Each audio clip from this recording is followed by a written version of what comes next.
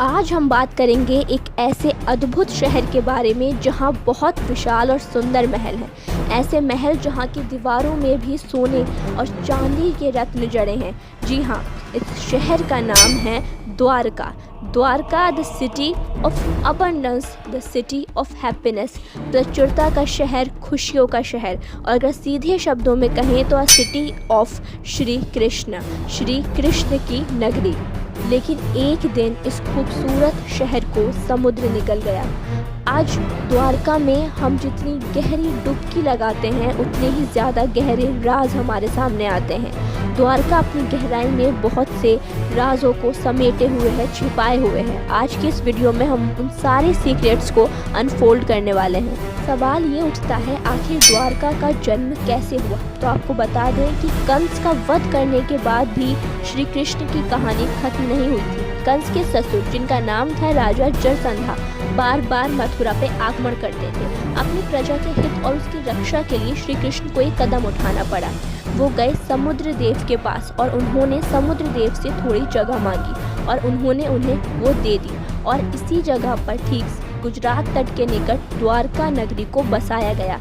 द्वारका शहर का डिज़ाइन तैयार किया था विश्वकर्मा ने। Vishwakarma the divine black Smith and architect थे। इस शहर को इस तरीके से बनाया गया था कि इस पर अटैक करना पॉसिबल ही नहीं था। लेकिन ऐसी अद्भुत द्वारिका आखिर खत्म कैसे हुई? जवाब एक श्राप के द्वारा।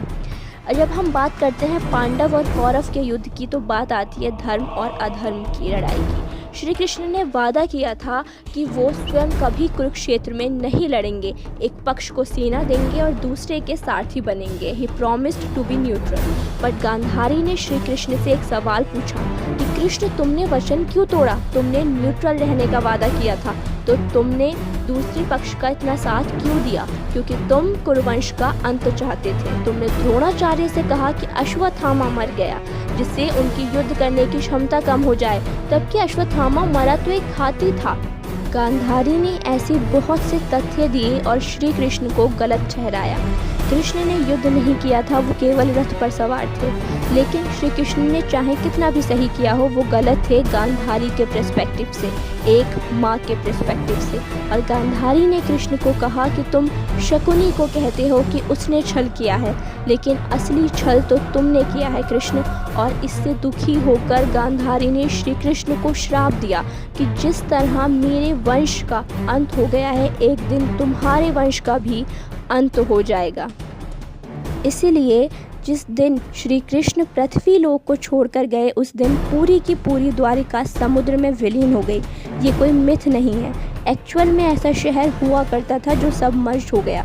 और बहुत सारी रिसर्च में इस बात की पुष्टि भी हुई है। यहाँ तक कि हमारी वायुसेना ने 1970 में इसको दोबारा से डिस्कवर भी किया था।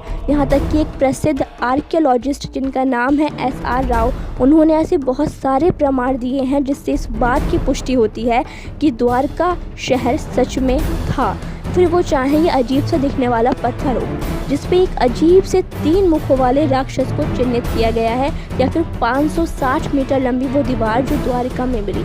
पता था कि जब ये बातें बाहर आएंगी तो बहुत से सवाल उठेंगे, इसलिए रिसर्चर्स ने पहले ही कुछ अवशेषों को विदेश भेज दिया कार्बन डेटिंग के लिए। और कार्बन डेटिंग से जो सामने आया वो अनबिलीवेबल था।